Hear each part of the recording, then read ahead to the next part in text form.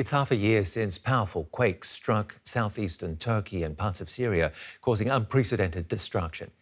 They hit in the early hours of February 6th and were followed by violent aftershocks. In Turkey, over 50,000 people died, according to official figures. Millions were left homeless. Rebuilding costs will be in the billions of dollars. Turkish President Recep Tayyip Erdogan has vowed to heal the wounds of earthquake survivors, but many find it difficult to see a future. Our correspondent Julia Hahn reports from Hatay, one of the provinces worst hit. When Zubaydah Kahraman misses her sister Zeynep, she comes here, even if it brings back painful memories. The quakes in early February tore Zubaydah's family apart. I lost everything that day. My faith, my trust, my hope, and my joy of life. Zeynep was someone who drew happiness from the little things. She had a lot of energy, and she was always smiling. The quakes had buried Zeynep under the rubble of her house. As rescuers were trying to save her, we met Zubaydah, waiting and hoping for her sister. After more than 4 days, Zeynep was finally pulled out, alive.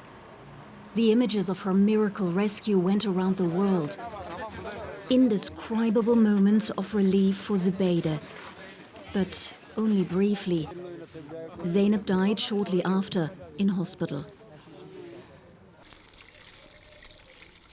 6 months later, grief has increasingly turned into despair for Zubaydah. She lives in a small container right next to her damaged home with one of her sisters and her mother. I can't see a future for myself. We are just struggling to survive.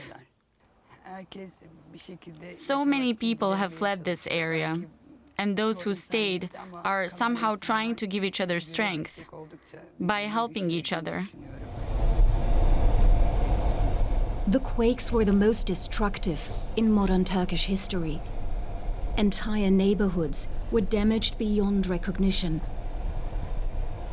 Hundreds of thousands of people are still displaced. They live in tents or container cities. Half a year has passed since the earthquakes, and the fates of the survivors have largely disappeared from the headlines. Here, however, the disaster remains a part of everyday life. Mourning for the dead, uncertainty about the future, and skepticism about the many promises that life here will soon return to how it was before. President Recep Tayyip Erdogan came under fire for his initial response to the disaster. He has promised rapid reconstruction, hundreds of thousands of new homes within 1 year. Construction sites like this one have sprung up across the region. Time is our biggest opponent.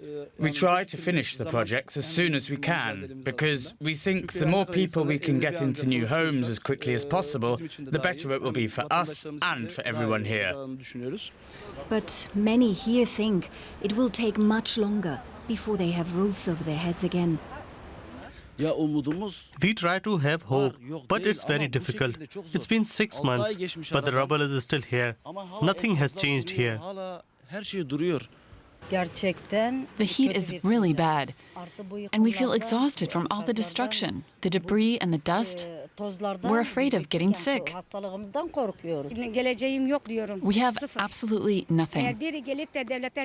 We need help and support from the government. Otherwise, there is no future.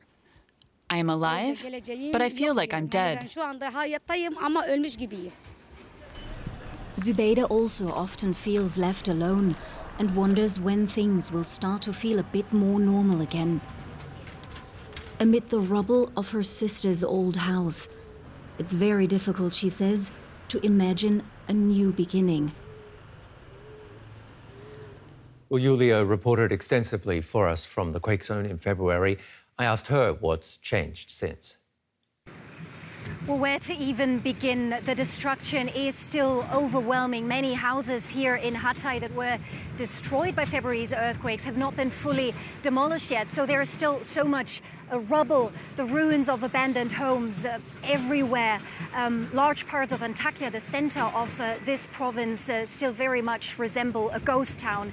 It's particularly unsettling at night because entire streets and neighborhoods lie completely in the dark because there is no electricity, there are no people. Let's remember that millions were left homeless by the quakes, and here in Hatay, tens of thousands, possibly more, are still living in tents and in containers under very difficult conditions. It's been scorchingly hot here with temperatures up to 40 degrees in recent weeks.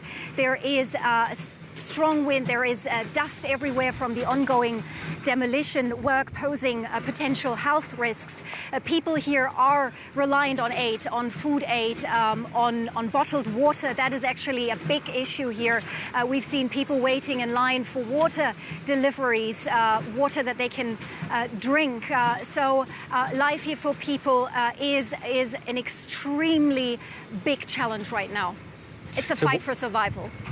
What's holding back, what's preventing people's needs from being met? Well, I haven't entirely understood your question. We have a sound issue here, but I will just tell you what one of the major challenges, obviously, here is the quake zone, is reconstruction. I mean, an area bigger than the size of Portugal or Austria has been affected by the quakes, 11 Turkish provinces. So rebuilding this area is, of course, a gigantic task. The United Nations, the Turkish government itself, they have estimated the cost for reconstruction at more than $100 billion US. And of course, the big question is, where is that money going to come from? The Turkish economy struggles through a massive crisis. So we've heard many promises coming from the Turkish president in particular, but many people who are living through this nightmare, who are still living through it here every day, they really have little hope that their situation will change anytime soon. And now add to that the psychological trauma, the stress they've been going through by basically living out on the streets for months. So it makes it very hard for people here to have hope that things will improve for them anytime soon. It certainly sounds like a huge challenge. Julia Hahn for us there in Turkey. Thank you.